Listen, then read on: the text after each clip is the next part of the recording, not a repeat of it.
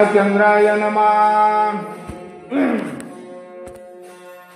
श्रीरामाश्रम पंचवटी रावण देखुन्या पुर्याग्रते मार्या राक्षसाच्या कोटी तेने पोटी गजकला। वक्रतुंड महाकाय सूर्यकोटी समप्रभ निर्विघ्नं कुरु मे देवो सर्वकार्यसु सर्वदा।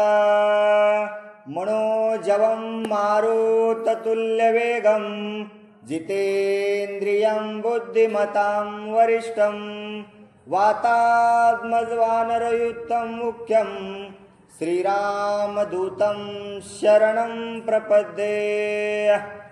भावार्थ रामायणातील चालत असलेला अरण्यकांडातील आजचा हा 14वा अध्यायाला सुरुवात झालेली आहे। कालच्या अध्यायात आपण ऐकलं असेल की मारीच आणि रावणाचं बोलणं चालू होतं। कुठं जायचंय? पंचवटीला जायचंय। तुला हरणाचं रूप घ्यायचंय, रामाला भुलवायचंय, लक्ष्मणाला बाजूला न्यायचंय, मी सीताहरण करणार आहे, दोघांना बसून लंकेला जायचंय। हा सगळा असणारा बेत त्या ठिकाणी केल्याच्या नंतर आज असणारे कोण? रावण आणि मारीच त्या पंचवटीच्या ठिकाणी पोहोचलेले आहेत। किती विषय गोड आहे, योगही कसे लागलेत। मार्गशीर्ष संपला, पूस सुरू व्हायलाय। दर्श अमावस्याची वेळ असणारी, वेळ असणारी अमावस्या आणि वेळ कोणा आली? मारीचावर वेळ आली ना आजची।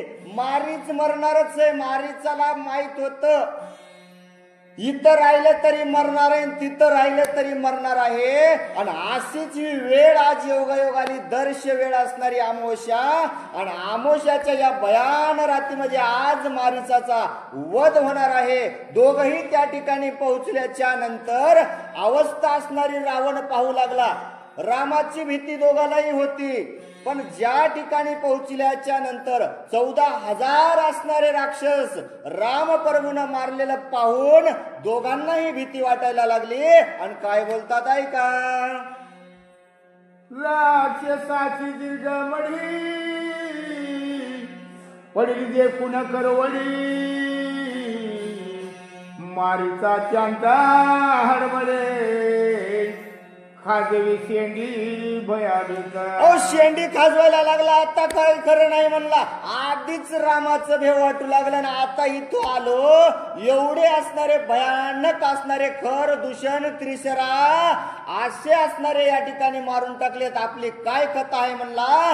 मारीच गायवरून गेला। आधीच श्रीराम भय भीत त्यावरी देखून राक्षस घात, मारीच चळचळा कापत जे राक्षसांतक श्रीराम। राक्षसापासून अंतक झाला म्हणला। आधीच भयभीत असणारा माणूस आणि घरला झाला 10 वाजले, आज अमावस्या आहे, आधीच भीती वाटायली। आणि पुन्हा म्हणले तेच सांगायलेत, कारण मारीच म्हणला आधीच विचार केला मी आणि तेच डोळ्यासमोर आलं। हे दृश्य पाहून त्या ठिकाणी असणारा मारीच म्हणला आता मी वाचत नाही। जे कुणा राक्षसाचे कंदन मारीच रावण, अत्यंत जेवण्या सन्मान त्याचे चरण दृढ धरिले। दृढ धरिले चरण। जरी भीती वाटत असली रावणाला, लंकेचा रावण असणारा, एवढा मोठा रावण असणारा, संकटाकाळी माणूस कोणाच्या गाढवाच्या पाया धरतय ना। हे लक्ष्मी आता म्हणू लागला मारीचा तू या पाया पडतो म्हणला, एकदम एवढं काम कर, मला भेव वाटायले, तुला भेव वाटायले, पण रावण असणारा मारीचाच्या पायाला लागून विनंती करू लागला। सीताहरणाची निर्वाण कुंठने स्वामी सेवक पण कृपा करून आपण जानकी हरण साधावे। जानकीचं हरण करायचं, सीतेचं हरण आपल्याला करायचं आहे। आणि तिथं गेल्याच्या नंतर मारीचाला रावणानं सांगितलंय, तिथं गेल्या तू म्हणशील मला सेवा रावणाची करायची होती, मी इकडं आलो सेवा काय रावणाची होईना झाली असा मनात विचारच आणू नको. फक्त तू रामाला बोलवण्याचं काम कर. रावण बोलू लागला, ज्याला ज्यामुच्या गमन ते कार्य तो साधावे आपण. धावण्या माया मृग मोहन सीताहरण मज साधी. आता काय करायचंय? तिथं जायचं आहे. रामाला तर न्यायचंय, लक्ष्मणाला बोलवायचं आहे आणि मज त्या ठिकाणी आगमन होईल असं काम तुला करायचं आहे. आता वेळ करू नको. ऐकून रावणाचे वचन मारीच म्हणे आले मरण. राम बाणे देता प्राण ते पण अति धन्य. अति धन्य असणार आपलं काहीतरी मरण आज आलेलं आहे. वेळ दर्शी अमावस्येची आहे आणि मारीच म्हणला रावणाच्या हातानं पाप्याच्या हातानं मरण्यापेक्षा रामाच्या बाणानं मेलेलं किती माझं नशीब धन्य आहे. मारीच बोलू लागला, अंती करीतो रामस्मरण तो स्वय होय ब्रह्मपूर्ण. त्याचा लागली आणि बाण कृत कल्याण होईन. कृत कल्याण होईल. मी आजवर म्हणला राक्षसाचं काम केलं, रामाचं नाव घेतलं नाही. सारखं देवाच्या विरोधात वागलो पण मरणाच्या वेळी का होईन त्या रामाचं नाव घेण्याचं भाग्य मला आज या ठिकाणी लाभायले. त्याचं नाव घेतल्याच्या नंतर, त्याचं बाण लागल्याच्या नंतर खरंच माझं जन्मोजन्मीचं पुण्य या ठिकाणी उदयाला येईल. खरंच माझी या ठिकाणी सौभाग्य असं लाभल की काय, माझं कल्याण होईल असा असणारा मारेच विचार करू लागला. श्रीरामाच्या बाणा घाती दासी त्याच्या लागल्या. श्रीरामाच्या बाण घाती दासी होती चारी मुक्ती. अनायास ब्रह्मप्राप्ते श्रीराम मूर्ती देखलिया.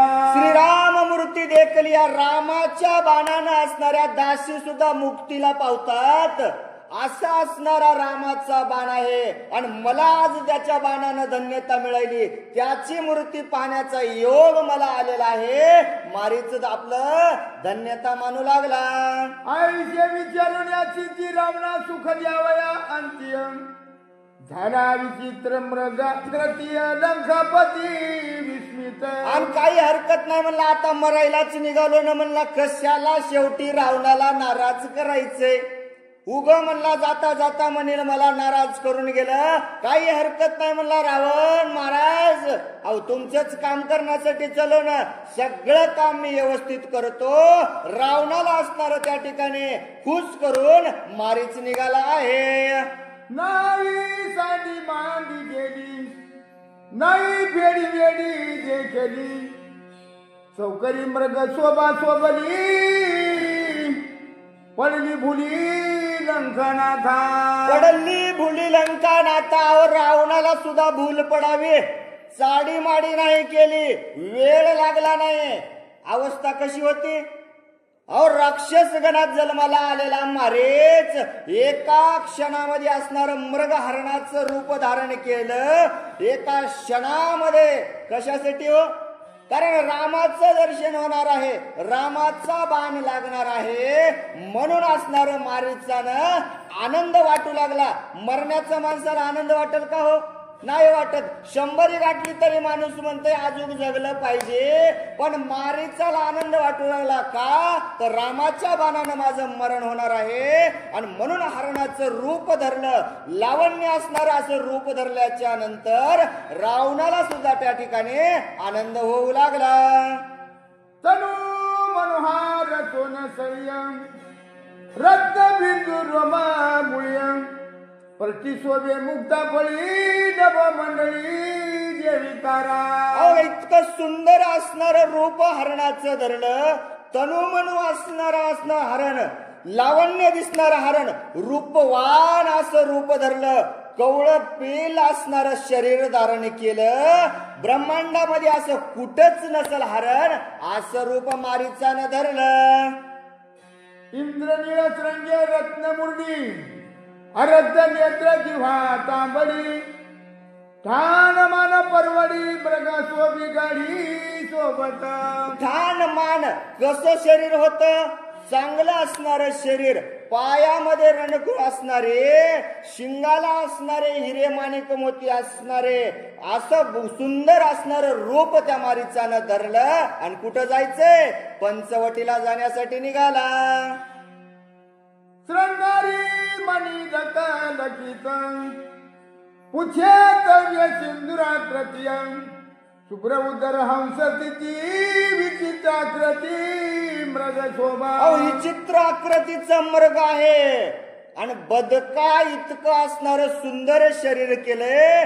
शेपटी असणारी सिंदूर आकाराची शेपटी, महारुद्र आकाराची शेपटी हरणानं त्या ठिकाणी धारण केलेली आहे. अंगीच्या तेजाची प्रगल्भा लोपती रवी चंद्राची प्रभा सोडीव लावण्याचा गाभा मृग शोभा सोबत.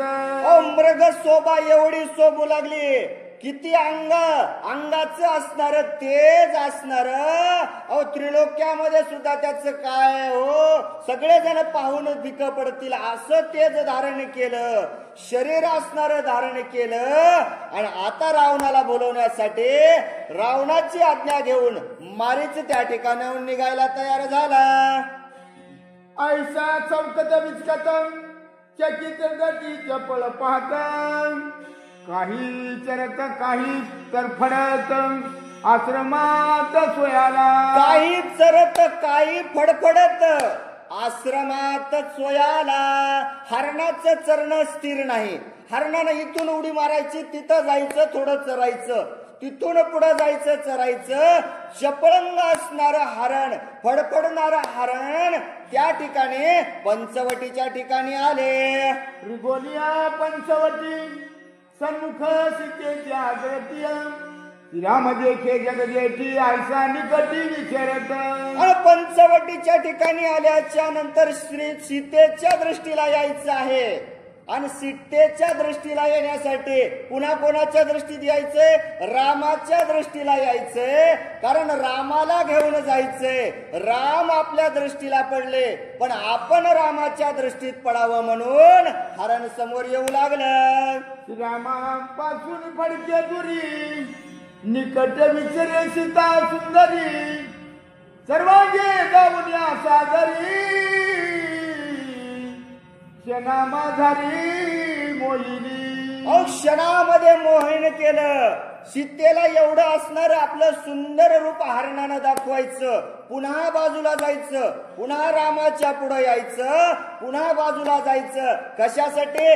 सीतेला मोहित करायचंय आणि रामाला आपल्या मागे आणण्यासाठी भाग पाडायचंय. म्हणून ही धडपड चालू होती.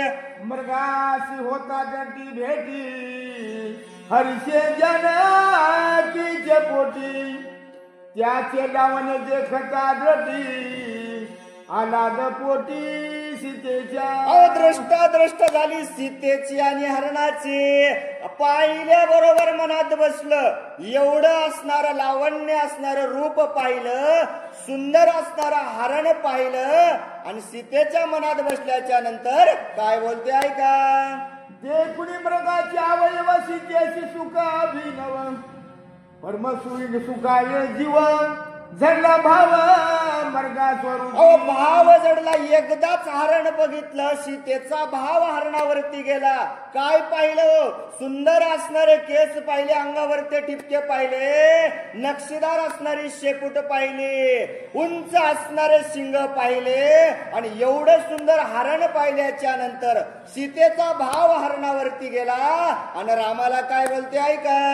त्याचे पावया स्वरूप सीतेचे अतिशय साक्षेप तव श्री झाला ती समीप आपले स्वरूप दाबावया. नुसता भाव पाहिल्याच्या नंतर मारीचाला कळालं, आताच लक्षात आली म्हणला.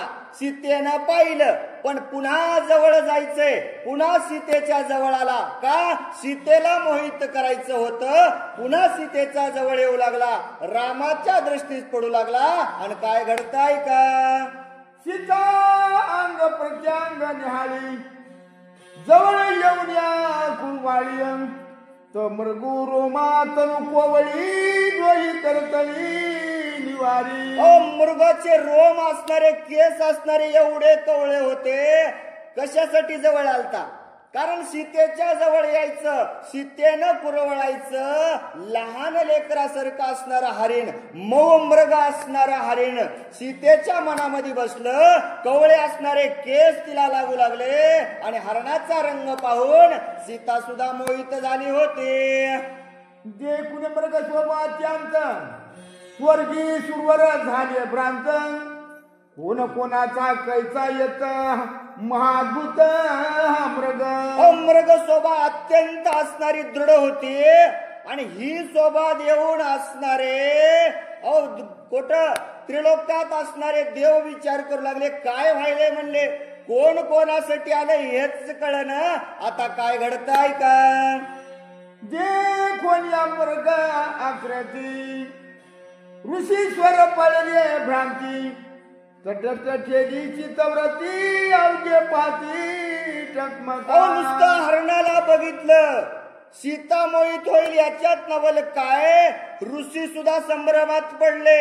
काय करावं? एक सारखं असणार त्या हरणाकडे पाहून म्हणजे एवढं चांगलं हरण आम्ही कुठंच पाहिलं नाही. पुढं काय घडतंय का?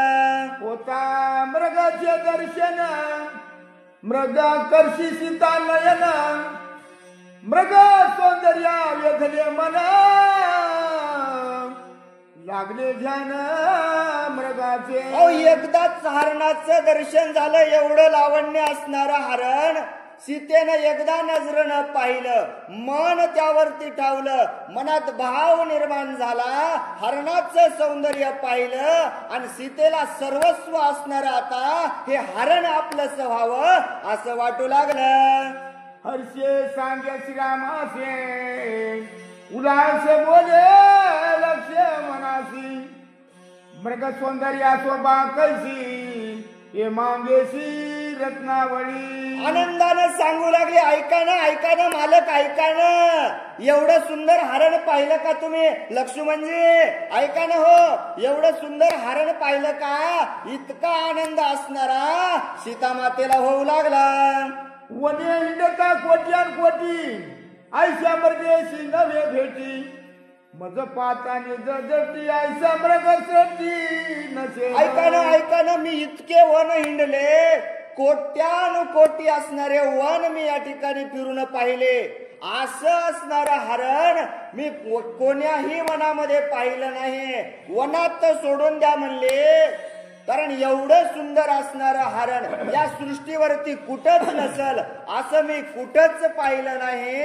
एवढं सुंदर हरण मी या ठिकाणी आज पाहिलं आहे. सीता माता बोलू लागले, हा नाही श्रद्धाने श्रद्धीला नाही कर्मजन्य जन्मला.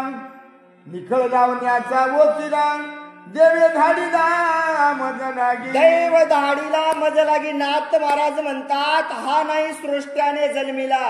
ब्रह्मदेवाने जन्माला घातलं होतं का? घातलंच नव्हतं ना. मग हा कर्मजन्य जन्माला नव्हता. मग हा कशासाठी आलता? कारण हा सगळा डाव असणारा रावणाचा होता. हा सगळा कारभार कोण केलता? रावणानं केलता. मारीचा असणारा रावण बनून त्या ठिकाणी आलेला होता. दैवयोगानं त्या ठिकाणी माझ्यापाशी धाडलेला आहे. नाथ महाराज सांगू लागले, ऐसे सीता बोले आपण श्रीरामा घाली लोटांगण. ते मजा पूर्व मागणे दान ती आपण मदर्याने. सीता मातेने विनवणी सुरुवात करायला केली. भगवंता ऐका ना, आज एक मागणे घालते हो भगवंता, देसाल का? का अहो सकरा तर जवळ आलेली आहे आणि एकच मागणी तुम्हाला घालायची आहे. जर तुम्ही करणार असताल पूर्ण तरच मी तुम्हाला या ठिकाणी मागणं घालते.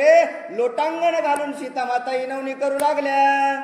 तू तवर उधार चक्रवर्ती मागते आची प्रीती.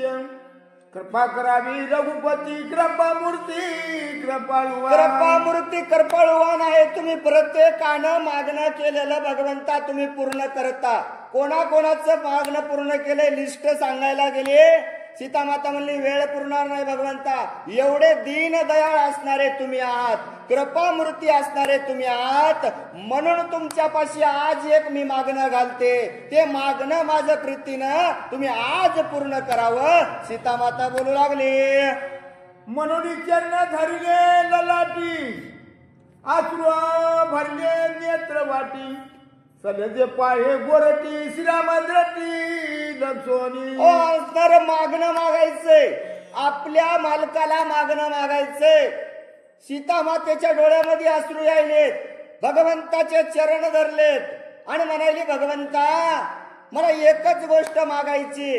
रामप्रभूनं पाहिलं सीतेच्या डोळ्यामध्ये अश्रू आहेत, काय मागायचं असल? रामप्रभू विचारतात ऐका, मृग त्वचाची कोवळी, यमरत्ने शोभे मुक्तावळी, अयोध्या प्रवेशन काळी त्याची कंचोळी कैनवी. ऐका ना प्रभू, मर्ग असणार एवढं सुंदर आहे आणि किती छान असणार ते हरण आहे. आज एकच मागणं आहे, ज्या वेळेस आपला हा वनवास संपणार आहे, 14 वर्षाच्या वनवासासाठी आपण या जंगलात आलेलो आहोत. मग आज आपले 6 महिने उरलेले आहेत. 6 महिन्याच्या नंतर जेव्हा आपण अयोध्यामध्ये जाताल ना प्रभू, त्यावेळेस असणारी मी या हरणाच्या कातडाची चोळी घालण्याची माझी इच्छा आहे. सीतामाता मागणं मागू लागल्या, येथून अयोध्या प्रवेशावयास उरली अवघी सन्मास, तरी ते कंचुकीची बहुतास तुम्ही उदासन व्हावे. ऐका ना प्रभू, काहीच मागितलं नाही तुम्हाला लग्न झाल्यापासून, मग एकच गोष्ट आज मागायली आणि ही कंचोळी मला आज शिवायची आहे, ती देण्यासाठी आज तुम्ही उदास होऊ नये, माझं मागणं पूर्ण करावं. सीता माता विनवणी करू लागल्या, दिव्यालंकार भूषण जेवण त्वचा शोभायमान, ये पुढे नवरत्न खोगत जाण श्रीरामा. दिव्य अलंकार भूषण, अलंकार भूषण दिव्य असणार, एवढं सुंदर माणसाकडे असतं, एवढं स्त्रीकडे असणारे अलंकार असतात. पण प्रभू ऐका ना, या अलंकारापेक्षाही सुंदर असणार त्या हरणाचं त्वचा आहे, म्हणून मला त्या हरणाच्या शोभायमान त्वचेची चोळी शिवायची आहे. सीतामाता बोलू लागल्या, मृगाच्या हृदयाच्या हृदयात जाणून सीतेचे मनोगत, संतुष्टला श्री गुणाचा कर्तव्याचा लक्ष्मणी. आता मृगाचं हृदय आहे, रामप्रभूला सीतेची मागणी आहे, संपुष्ट रामप्रभू करतात, सीतामाता काही हरकत नाही. मग काय करावं लागल, काय सांगतात ऐका, श्याम म्हणे गा सुमित्र, पायी कैसा मृगा सुंदर, ठाणमाने अति गंभीर यम शरीर रत्नांक. हेम शरीर रत्नांकर असणार आहे. ऐकलं लक्ष्मणा, पाहिलंच का असं हरण, किती सुंदर आहे रे हरण, किती आहे, असं कुठंच बघायला भेटणार नाही, एवढं सुंदर हरण आहे लक्ष्मणा. रामप्रभू सांगू लागले, आई समृग नंदनवनी, पुरी नाही देखिला नयनी, नाहीच चित्र रथवनियं, ऐसा त्रिभुवनी असे ना. असा सुंदर असणारा रत्न मी या भुवनावरती बघितलाच नाही रे लक्ष्मणा. किती छान असणार आहे, या नंदनवनामध्ये असणार हरण नाही. रामप्रभू लक्ष्मणाला सांगू लागले, वने हिंडता दिग्पटी, ऐसा मृगाशी नाही भेटी, लावणी मृगाची कसवटी नाही देटी देखिली. ऐकणं लक्ष्मण, ऐकणं, किती न किती वन हिंडले, पण माझ्या सुद्धा नजरेला असं हरण आलंच नाही. एवढं सुंदर आज हरण मी या ठिकाणी पाहिलं आहे. या मृगत्वचेची कांचोळी, सप्रेम मागे जनक बाळी, अयोध्या प्रवेशाचे काळियं स्वैवे झाली देव पाहे. ऐकणं लक्ष्मणा, मागणं केलंय सीतामातेनं, या हरणाच्या कातड्याची चोळी शिवायची, जेव्हा अयोध्येत जायचे तेव्हा चोळी घालणार आहे, असं मागणं सीतामातेनं केलेलं आहे. काय करावं लागत ऐका, जे अपूर्व मद कार्य प्रथम सीतेचे मागणी, नेजी म्हणताना जिरवाने मृग मारणे त्वचार्थ. अहो त्वच्यासाठी मृग मारणं शक्य आहे का? योग्य आहे का? मागणं सीतेचं आहे, बायकोचं मागणं पूर्ण करावं लागतं. पण राम प्रभू लक्ष्मणाला म्हणतात, लक्ष्मणा अरे ते प्राण आहे, ते जीव आहे, मग त्याची त्वचा जी आपल्या कामाला येणार आहे त्या कातड्यासाठी हरण मारणं मला योग्य वाटत नाही. पण स्त्री हट्ट आहे, स्त्रीचं मागणं पूर्ण करायचं आहे. म्हणून लक्ष्मणजी काय करावं? राम प्रभू त्या ठिकाणी बोलू लागले.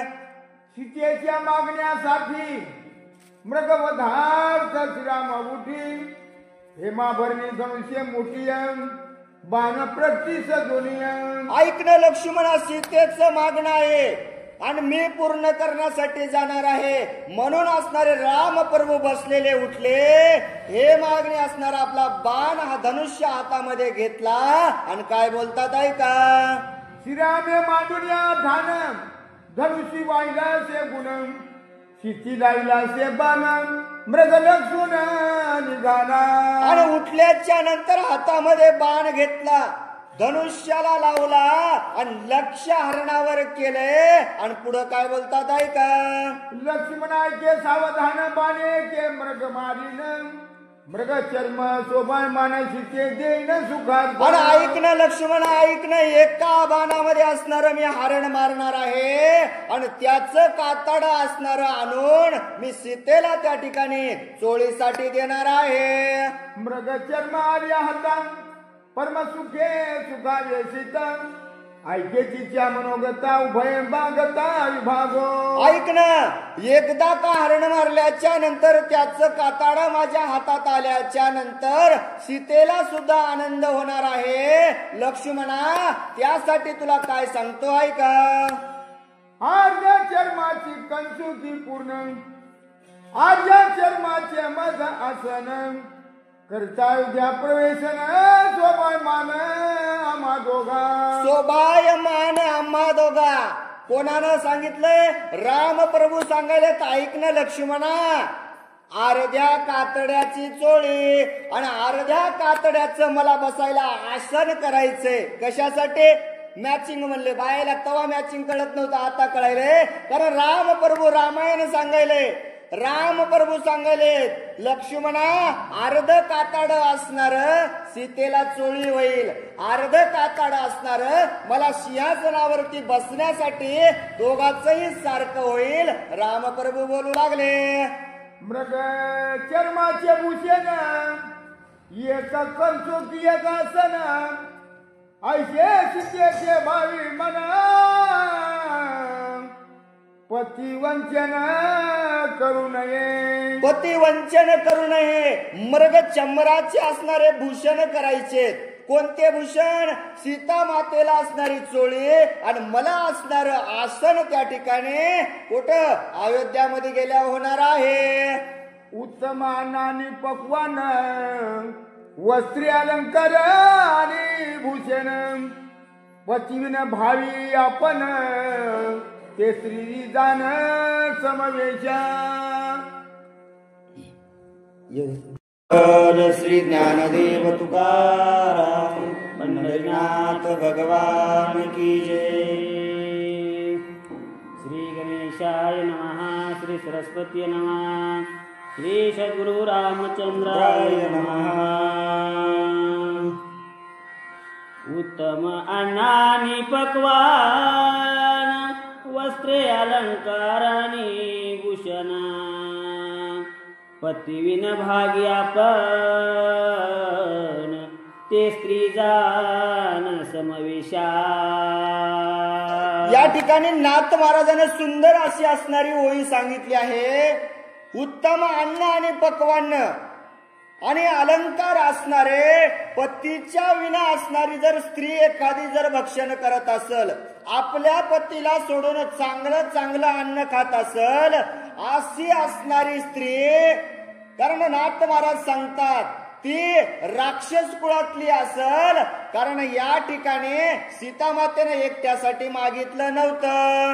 असो हे ऐशी सीतेची कथा, लक्ष्मणा सावध ऐक आता मृग मारोनी मदन येता तिळवरी परता होऊ नको. ऐक ना लक्ष्मणा, जाऊ दे आता, इतकं मागणं सीतेने केलंय, काही हरकत नाही.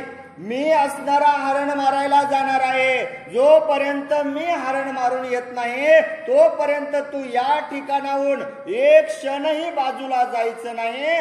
रामप्रभू सांगू लागले, मर्ग मारिननी निश्चित जरी मिळाले त्रैलोकीचे दैत्य तरी मी मागेन सरे श्री रघुनाथ संशय येथ न मानावा. ऐक ना लक्ष्मणा, मनामध्ये संशय करायचा नाही. मी हरण असणार निश्चित मारणारच आहे, पण हरण मारत असताना त्रिलोक्यामधून जरी दैत्य आले तरी मी त्यांचा सर्वनाश करील आणि हरण मारल्याशिवाय राहणार नाही. कारण मी हरण मारल्याशिवाय वापस आल्याशिवाय तुला इथून जायचं नाही. म्हणून रामप्रभू सांगू लागले, राक्षसाशी पडले हाड द्वंदा वानसावे असावध शस्त्रास्त्री असावे सशस्त्र सीता सावध रक्षावे. ऐक ना लक्ष्मणा, तुला सावध रीतीने या ठिकाणी सीतेचं रक्षण करायचं आहे.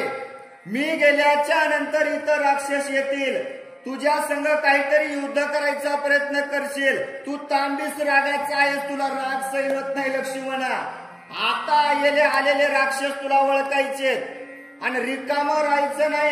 हातामध्ये शस्त्र घेऊन तुला लक्ष्मणा सज्ज राहायचं आहे, कारण इथं भरपूर असणारे मायावी राक्षस आहेत. रामप्रभू लक्ष्मणाला सांगू लागले, तुझ सांगे सोमित्र काने राक्षस मायावी यावनी सीताने तिल चळोने सावधानी रक्षावे. ऐक ना लक्ष्मणा, ऐक ना. माणसानं चांगलं ज्ञान सांगत असताना चार चौघात ओपन करून नाही सांगायचं. लक्ष्मणाच्या कानात सांगायले, रामप्रभू ऐक ना लक्ष्मणा, अरे या वनामध्ये मायावी राक्षस आहेत, तुला बोलवतील, सीतेला बोलवतील, सीतेचं शरण करतील. यासाठी तुला या सर्व राक्षसापासून सावध असणार या ठिकाणी राहायचं आहे. कारण या ठिकाणी मायावी राक्षस आपल्याला वेळोवेळी आडवे आलेले आहेत. म्हणून असणारे रामप्रभू लक्ष्मणाला सांगू लागले, मृग मारो निमे जववरी त्वान व्हावे येथोनी तिळवर दुरी संकट आल्या जीवावरे धीरे निर्धारे रक्षावे. ऐक ना लक्ष्मणा, ऐक ना. हरण मारून मर्ग मारून मी येईपर्यंत तुला एकही क्षण इथून बाहेर जायचं नाही. कितीही जरी जीवावरती संकट आलं तरी हार मानायची नाही, घाबरून जायचं नाही, कारण तुला सीता मातेचं रक्षण करायचं आहे. रामप्रभू बोलू लागले, मज विषयी काही चिंता वान करावी गा सर्वथा सावधाने राखावी सीता मागुता मागुता सांगत. अहो एकदा नाही दोनदा नाही कित्येक वेळा असणारे सांगायले. नाथ महाराज म्हणतात मागुता मागुता सांगायले, पुढं चाललेत पुन्हा मागे यायलेत. ऐक ना लक्ष्मणा, ऐक ना, आणि माझी चिंता करू नको, मी वापस येणारच आहे. काही संकट आलं तरी तुला सीतेचं रक्षण करायचंय. वारंवार असणारे रामप्रभू सांगू लागले, अति संकट दे कशी दृष्टी तरी न सांडावी पर्णपुटे तुझे कानी सांगेन गुह्य गोष्टी सीता गोरटे रक्षावे. ऐक ना लक्ष्मणा ऐक ना. अरे कितीही जरी संकट आलं ना तरीही असणार इथून तुला दूर जायचं नाही लक्ष्मणा. तुझ्या कानामध्ये गुह्य गोष्ट सांगायला लक्ष्मणा ऐक ना. तुला सीतेचं रक्षण करायचं आहे वारंवार सांगू लागले. सन्मुख आलिया राक्षस कोडे अंगाची आणि जप्रोडे युद्धान निघावे तातडे सीता रोकडी तेने तिला. ऐक ना लक्ष्मणा ऐक ना. अरे कित्येक राक्षस येतील तुझ्या डोळ्यासमोर येतील. अरे तुला असणार उद्विग्न करतील युद्धासाठी तुला तयार करतील. लक्ष्मणा शांत राहायचंय. शांत शांत राहून असणार तुला या ठिकाणी सीतेचं रक्षण करायचं आहे रामप्रभू सांगू लागले. तुझ गोवण्या संग्रामासी राक्षस नेतील सीतेशी झनी सीतेशी विसंबसे निश्चयसे तुझ सांगे. ऐक ना लक्ष्मणा ऐक ना. अरे यासाठी सांगतोय तुला मायाही असणारे राक्षस येतील तुझ्या संग युद्ध करतील. तू युद्धामध्ये रमशील लक्ष्मणा आणि घात होईल रे लक्ष्मणा. सीतेला घेऊन जातील सीतेचं छळन करशील. त्यासाठी लक्ष्मणा ऐक तुला मी वारंवार सांगतो लहान भाऊ या नात्यानं लक्ष्मणा तू काम ऐकायचंय. तू एक क्षणही असणार सीतेपासून दूर जायचं नाही. तू चढता संग्राम पृष्ठे मुखे जानकी नाठवे कोटे मग एकली दे कोणी पर्णकोटे राक्षस कपटी हरतीला. ऐक ना लक्ष्मणा ऐक ना. मला माहित आहे लक्ष्मणा तुला राग येतय. तुला राग आल्याच्या नंतर तू युद्ध करायला लागशील लक्ष्मणा. आणि तू जर का एकदा युद्ध करायला लागला तुला सीता आठवत नाही तुला उर्मिला आठवत नाही तुला राम आठवत नाही लक्ष्मणा. यासाठी तुला काळजी करायची आहे. तुला ते युद्धामध्ये बोलून सीतेला उचलून नेतील लक्ष्मणा. अरे पर्णकुटीच्या बाहेर एक क्षण सुद्धा जाऊ नको लक्ष्मणा. सीतेचं रक्षण करावं. म्या सांगितल्या ज्या ज्या युक्ते त्यास दृढ धराव्या चित्ते नाना परीच्या उपपती सीतास ते रक्षावी. ऐक ना लक्ष्मणा. मी जेवढ्या जेवढ्या गोष्टी सांगल्यात ना लक्ष्मणा आर लक्षात ठेवायच्या तुला. कारण सीतेला छळन करण्यासाठी नाना प्रकारचे माया येणार आहेत लक्ष्मणा. आणि सगळं मी तुझ्या स्वाधीन करून जातोय लक्ष्मणा. तू सीतेचं रक्षण करावं. ऐसे सुमित्रा सांगू ना वेगे निघे मृग लक्ष्मणा सवेची परतोनी येऊना सांगे पुन्हा सीता रक्षावी. एवढं असणाऱ्या लक्ष्मणाला रामप्रभूनं सांगितलं. धनुष्याला बाण लावला. पुन्हा रामप्रभू पुढे गेले. पुन्हा आठवण आली लहान भाऊ आहे विसरून जाईल काय होईल कळणार नाही. पुन्हा वापस आले. ऐकणं लक्ष्मणा सांगितलेलं सगळं ध्यानात आहे ना. व्यवस्थित लक्ष ठेवशी लक्ष्मणा. तुझ्या हवाली करून मी सीता जातोय. तू पर्णकुटीच्या बाजूला जाऊ नको.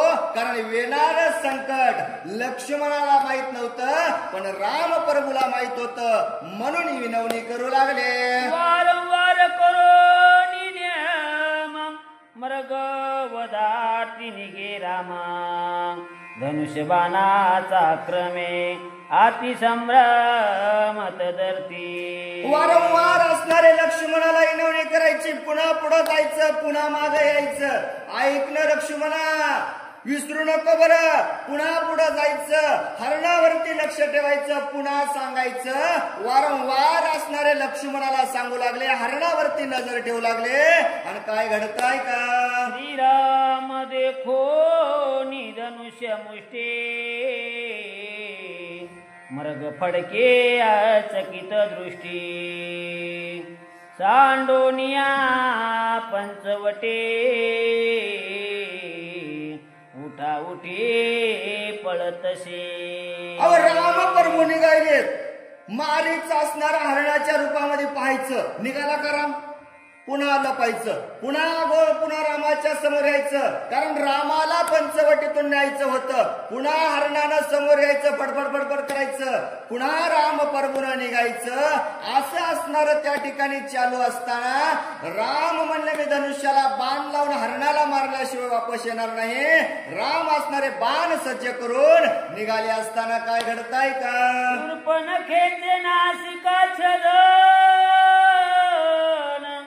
तेथे मृगाचे आगमन. येता देखो निरगुनंदन सवेग गमन तिने केले. सगळं काही लक्ष्मणाला सांगितल्याच्या नंतर राम हरणाच्या पाठीमागे निघाले. हरणानं असणारी त्या ठिकाणाहून उडी घेतली. पुढच्या ठिकाणी पोहोचलं. कुठं पोहोचलं?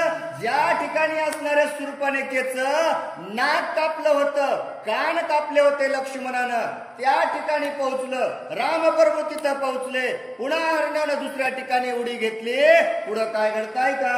राम देखोनिया दुरे मृग चाटी पाठीवरे. तया स्थळा नावचा टोरे गंगा तीरे अद्यापी. अहो गंगा तीरी असणारा अद्यापी आहे. कारण राम असणारे दूर पाहिले. रामाला जवळ येऊ द्यायचंय ना, पुढं जायचं नाही. म्हणून असणारा हरणानं आपल्या जिभेनं आपली पाच त्या ठिकाणी चाटायला सुरुवात केली. आणि ते आताही गंगातीरी असणार साटोरी नावाचं गाव आजही या महाराष्ट्रामध्ये जर गेला तर पाहायला मिळेल. श्रीराम मुखचंद्र न्याहारी तया स्थळा नाव चांदोरे. श्रीराम न्यावा बहुत दुरे निघे झडकरे मृग वेगे. अहो राम प्रभू असणार त्या ठिकाणी मुख पाहू लागले. आणि त्या मुख पाहून त्या ठिकाणी पोहोचल्याच्या नंतर दुसरं ठिकाण आहे आणि त्याचं नाव असणार चंदोरी असणार पडलं. तेही गाव आजही आपल्याला बघायला भेटल. असं असणार मारीच पाहू लागलं आणि रामाला दूर घेऊन जाऊ लागला. काढून या न्यावा रघुवीरा मृग फडकला मध्यमेश्वरा. दावळी दावोन्या श्रीरामचंद्र मृग पुढारा चालिला. तिथूनही रामाला पुढे न्यायचंय. मारीच म्हणला इतक्या जवळ जमणार नाही. फडफड फडफड असणारा करत मृग कोठ असणारा मध्यमेश्वराच्या ठिकाणी पोहोचला. त्या ठिकाणही असणारा हरण पाहिलं आणि तिथून पुढे असणार कुठं जाते ऐका. दुर्यांतरावया पंचवटी मृग पळाला गंगा तटी. श्रीराम धावे पाठोपाठी धनुष्य मुष्टे सजोनी. इथूनही पंचवटी जवळच आहे म्हणला. यापासून सुद्धा आपल्याला पुढे जायचंय. आणि असा असणारा गंगा तटी असणारा जाऊन ते हरण बसलं आणि राम प्रभू सुद्धा धनुष्याला बाण लावून त्या हरणाच्या पाठीमागे जाऊ लागले. कोठे देतो दृष्टी भेटी कोठे पाहताना दिसे सृष्टी. श्रीराम मृगाची न सांडी पाठी दृष्ट बानाटे सजुनी. खोटं पाहिलं की नजरेला यायचं. बाण सोडायचं म्हणलं की गायब व्हायचं. सगळीकडे पाहायचं, रामप्रभून दिसायचं नाही. काय करावं? रामप्रभू म्हणले मी सोडणार नाही. पुन्हा असणारे बाण सज्ज करून रामप्रभू धावू लागले. कोठे दिसे कोठे न दिसे कोठे उडे मृग विलासे. श्रीराम धाव्या तुझ्या वेशे बाण सपिच्छ विंदावया. कोठ तरी असणारी उडी खायची. उडी खाली की रामप्रभूला दिसायचं. पुन्हा जवळ गेले पुन्हा दिसायचं नाही. काय करावं गवसत नव्हतं, जवळच दिसत होत. कारण आशा होती हरण गवसणारच आहे.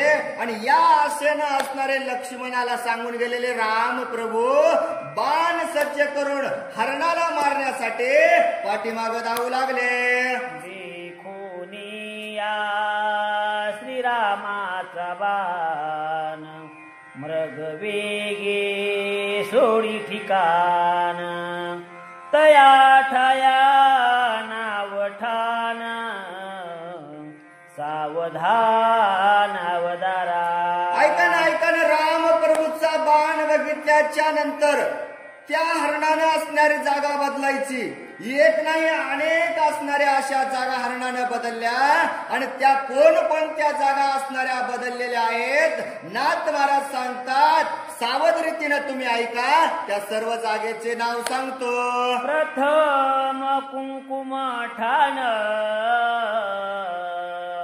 मातुळ ठाण नाग ठाण बादाम ठाण पाचवे ते भोम ठाण मर्ग ठिकाण सोडिता. ऐक ना एक नाही असे असणारे 5 ठिकाण असणारे हरणानं बदलले. पहिलं असणार कुमकुम ठाण असणार त्या हरणानं बदललं. दुसरं असणार त्या ठिकाणी मातुळ ठाम असणार त्या हरणानं बदललं. ऐका ना एवढंच नाही हो, तिसरं असणार नाग ठाण असणार त्या हरणानं बदललं. चौथं सुद्धा असणार बादाम ठाण हरणानं बदललं. चौथ्याही स्थानावर नाही थांबला, 5व्या ठिकाणी गेला. आणि 5व्या ठिकाणाचं नाव त्या ठिकाणी नाथ महाराज सांगतात भम ठाम असं असणार नाव त्या ठिकाणी पडलं. मर्ग पायचे दिसती रामराव तो छिन्न पाय देह गाव. नेऊर विंदोनी पडिला पाहू तू नेऊर गावो तेथे के. आणि ऐका ना त्या हरणाच्या पायाला ज्या ठिकाणी रामप्रभूनं बाण मारला त्या गावाचं नाव पडलं म्हणले देहगाव. कारण चिप्पण असणार ते देहू गाव असणार हरणाच्या पायाला बाण लागल्यामुळं पडलं.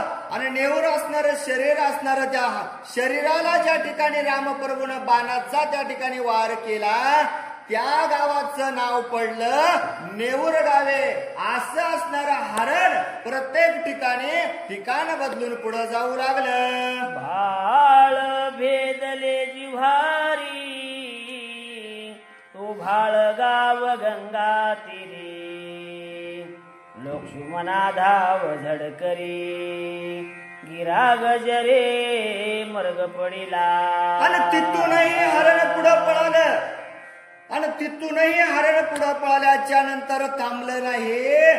जेव्हा का असता मस्तकावरती असणारा प्रभू रामचंद्राचा बाण लागला आणि त्या गावाचं नाव पडलं भाळ गाव असणार त्या गावाचं त्या ठिकाणाचं नाव पडलं. आणि बाण लागले बरोबर हरणानं धाव घेतले. धाव लक्ष्मणा धाव लवकर. हरणाने आवाज दिला आणि काय घडतं ऐका. लागता श्रीरामाचा बाण करुणी सप्त पाताळ उडाण. मारीच सांडी निज प्राण पाव लक्ष्मणा म्हणून.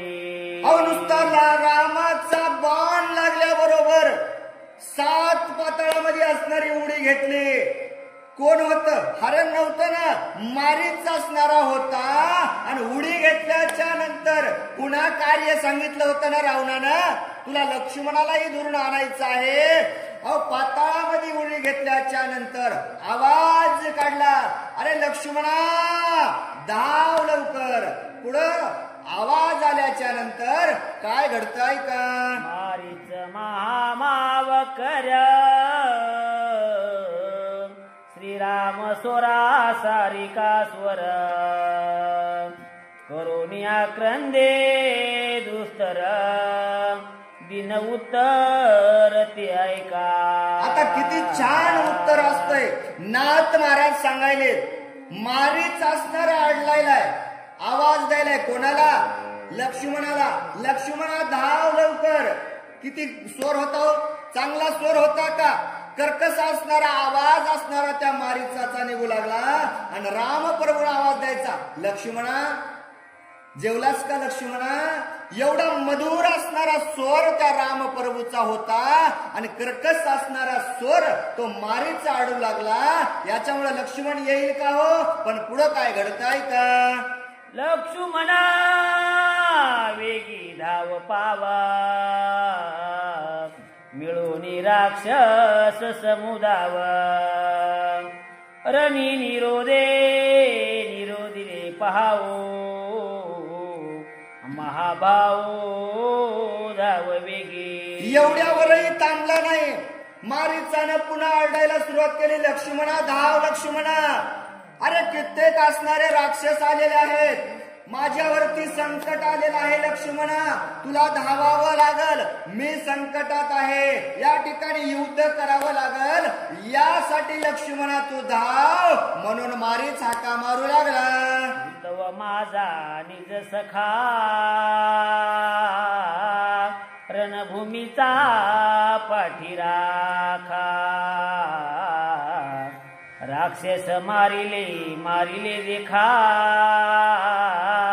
रणमोचका पाव वेगी. धाव ना लक्ष्मणा, लवकर धाव. अरे तू माझा निज सखा आहेस लक्ष्मणा, आपण दोघं सखे संगती आहेत लक्ष्मणा. अरे रणांगणामध्ये उतरल्याच्या नंतर पाठीराखा आहेस रे लक्ष्मणा. आज माझ्यावरती संकट आलंय लक्ष्मणा, तू लवकर धावून यावं अशी हाक देऊ लागला. आयुष्य युक्त्या क्रंदोना, मर्गपाचा त्याग करुणा. मारीच राक्षस होता जान, घेतला प्राण श्रीराम बाणे. असा असणारा आक्रोश केला कुणा? मारीचानं सगळा आक्रोश केला आणि मग असणारा आपला प्राण त्या ठिकाणी त्याग केला. मग कळालं हा हरण नाही तर हा राक्षस आहे आणि रामप्रभूच्या बाणानं असणारा याचा प्राण गेलेला आहे. पुढं काय घडतंय का? मर्ग दे राक्षस देव, स्थूळलिंग कारणा देव. श्रीरामे छेदोन निसंदेह, मारीला पहावो मारीच.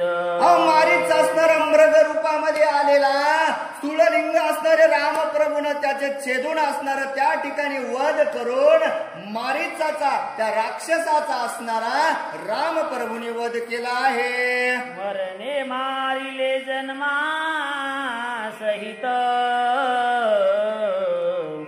देह विधेयी केला घात. माया मारुनिया समस्त, बाणे अत्यंत सुखी केला. बाणे अत्यंत सुखी केला. नाथ महाराज सांगायले राक्षस नाही मारला. कोण? त्या ठिकाणी असणार मारीच म्हणाला आहे. विचार चालू आहे, कारण माया असणारी माझी मारली. कारण माझं दुर्भाग्य होतं ना, मी त्या रावणासंग होतो. आज माझं भाग्य उदयाला आलं की काय? मरण जन्मासहित माझं मारण केलं. मला स्वर्गाची प्राप्ती होणार आहे. माया माझ्यामध्ये असणारी, अहंकार रूपी असणारी माया रामप्रभूच्या बाणानं आज मारलेली आहे आणि अत्यंत असणारा माझा उद्धार झालेला आहे. ग्रंथकार सांगू लागले, श्रीरामाचा निजबाण जाशीला, घेतो सौभाग्य पूर्ण. बाण नवे आनंद गण, सुख संपन्न श्रीराम. बाण नवे आनंद गण. मारीचाला बाण लागलाय. मारीच आनंदामध्ये म्हणालाय, बाण नाही. हे तर आनंदाची वार्ता आहे. म्हणला माझ्यासाठी पुष्पहार आहेत. कारण रामाचा बाण म्हणजे सौभाग्य आहे.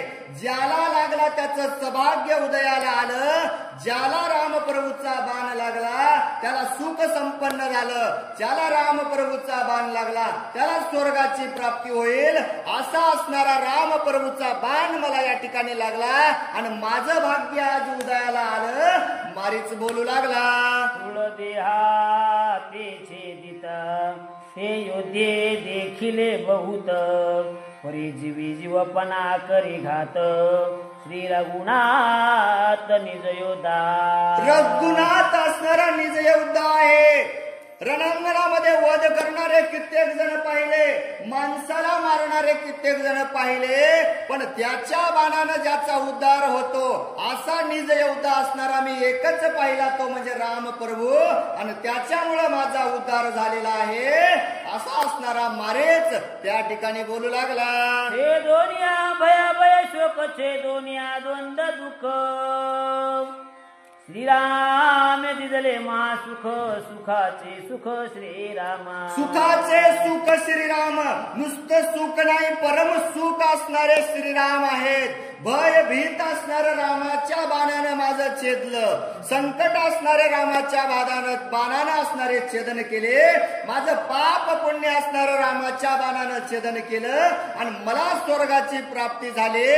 मारीच असणारा त्या ठिकाणी आपलं भाग्य आहे असं बोलू लागला. छे दुनिया भया भय शोक छे दोनिया द्वंद दुःख श्रीरामे दिदले महासुख सुखाचे सुख श्रीराम. मारिताने नेम केला देख श्रीराम बाणे पावेन सुख ते रामे दिदले आवश्यक शत्रु सेवक समपदी.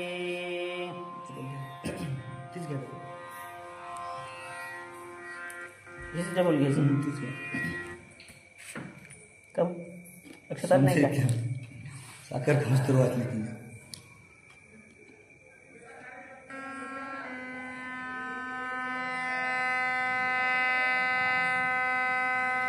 हरी हरी छे दोनिया भया भय शोक छे दोनिया द्वंद दुःख श्रीरामे दिदले महासुख सुखाचे सुख श्रीराम. मारीचाने नेम केला देख श्रीराम बाणे पावेन सुख ते रामे दिदले आवश्यक शत्रु सेवक समपदी. शत्रु सेवक असणारे समपदी. का मारीचाने असणारा नेम केलता. कुठं केलता नेम? रावणाचं आणि मारीचाचं ज्या ठिकाणी बोलणं चालू होतं त्या ठिकाणी मारीचाने असणारा नेम केलता. का तर या ठिकाणी रावणाच्या सोबत राहण्यापेक्षा मी रामाच्या बाणानं मरण्यासाठी तयार आहे हा नेम असणारा मारीचानं केल्याच्या नंतर राम प्रभूनं त्याचा अवश्य असणारा असा नेम पूर्ण केला. कारण आपणही संसारामध्ये त्या भगवंताला भेटीचा नेम केल्यावर भगवंत पूर्ण करतोच ना, आपण करीत नाहीत. मग मारीचाला काय वाटलं की माझा केलेला नेम भगवंतानं या ठिकाणी पूर्ण केलेला आहे. शत्रू असून सुद्धा मला या ठिकाणी सेवक होण्याची संधी या राम प्रभूने दिली. किती माझं भाग्य आहे. मारीच बोलू लागला. सेवकाला त्याच पदावर बसणार आणि शत्रू असून तुला त्याला पण त्याच पदावर देणार म्हणजे समपदी. शत्रू सेवक समपदी.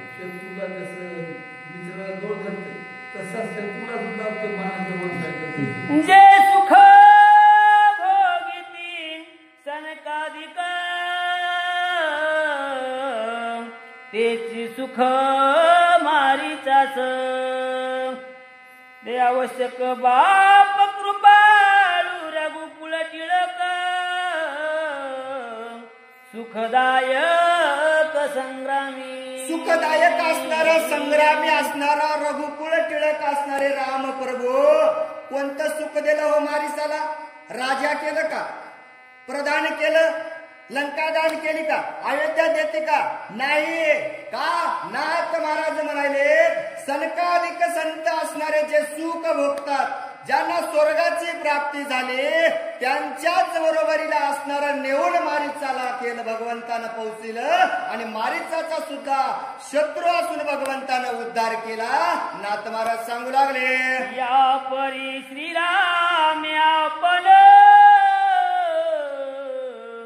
मारीच मारिला विंदोनी बाण धाव पावगा लक्ष्मण रघुनंदन संशके. आणि अशा प्रकारे असणारं राम प्रभूनं आपल्या बाणानं असणारं मारीचाचा वध केल्याच्या नंतर मारीचानं असणारी आक्रळ दिली लक्ष्मणा धावणं आणि ही अशी असणारी आक्रोळी ऐकल्याच्या नंतर रामप्रभूच्या मनामध्ये शंका निर्माण झाली, चिंता वाटू लागली. आणि काय चिंता वाटते ऐका. मारीचा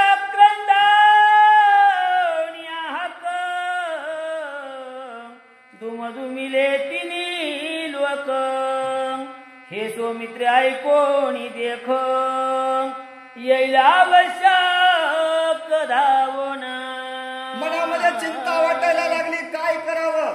मारीचाने असणारी अशी हाक मारली, स्वर्गलोक असल, मृत्यू लोक असल, पाताळापर्यंत असणारी हाक गेली, तिन्ही लोकांमध्ये हाक गेली.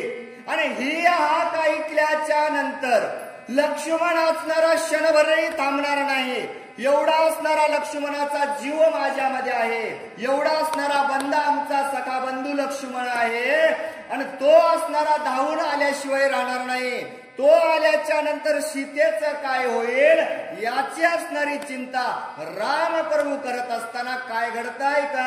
धावण्या आलिया लक्ष्मण अनर्थ मागे येऊनी रावण सीताहरण करील. ऐका ना विचार करू लागले लक्ष्मणाला काय करावं. रामप्रभू म्हणले आता लक्ष्मण आल्याशिवाय राहणार नाही. आणि लक्ष्मण आल्याच्या नंतर पर्णकुटीमध्ये अनर्थ घडल्याशिवाय राहणार नाही. रावण येईल आणि सीतेला घेऊन गेल्याशिवाय राहणार नाही. विचार मनामध्ये चालू झाला आणि काय करावं कळत नव्हतं. जरी लक्ष्मण न येईल तत्वता, तरी त्याशी राहून येईल सीता. बोलेल उत्पादता, अति त्रासता धाडील. आणि लक्ष्मणानं जरी आवाज ओळखला, माझ्या भावाचा आवाज नव्हता म्हणेल येणार नाही. काळजी घेईल लक्ष्मण म्हणेल रामप्रभू सामर्थ्यवान आहेत, कितीही संकट आली तर दूर करण्यासारखे आहेत. पण माझी सीता मायाळू आहे, ती थांबणार नाही. ती म्हणेल राम संकटात आहे, लक्ष्मणाला बरं वाईट बोलील, लक्ष्मणावर रागावल आणि मग लक्ष्मण निघून येईल. अनर्थ घडल्याशिवाय राहणार नाही. रामप्रभू विचार करू लागले. हात मायावी मार्ग पूर्ण अलक्ष योजिले विंदाना, धावण्या आणोनी लक्ष्मण सीताहरण साधावे. ऐका ना हे असणार मायावी असणार राक्षस होत कोण. मारीच असणार होत. हरणाच्या रूपामध्ये आलं. यानं सगळं नियोजनच लावलं होतं. मला इथं आणायचं, लक्ष्मणाला बोलवायचं आणि सीतेचं हरण करायचं. हा असणारा या राक्षसाचा पाय, असा असणारा यांनी केलेला बेत होता. आणि आता सीतेचं हरण झाल्याशिवाय राहणार नाही. रामप्रभू विचार करू लागले. ऐशी राक्षसी माया मत आपण जाणो नि समजत, विलंब करून या येत त्वरित रघुना तरी गोपाय. आणि रामप्रभू म्हणले आता जे झालं ते सोडून द्यायचं. आपल्याला लक्षात आलं नाही आपण याच्या मागे इथपर्यंत आलो. आता अनर्थ घडल्याशिवाय राहणार नाही. आता आपल्याला सुद्धा जास्त वेळ इथं या ठिकाणी थांबायला जमणार नाही. असे मायावी राक्षस येतील. म्हणून असणारे रामप्रभू त्या ठिकाणावर निघाले. जवळ नाही लक्ष्मण तव तेथे जावे आपण, विलंब करताची जाण सीतारावण हरिल.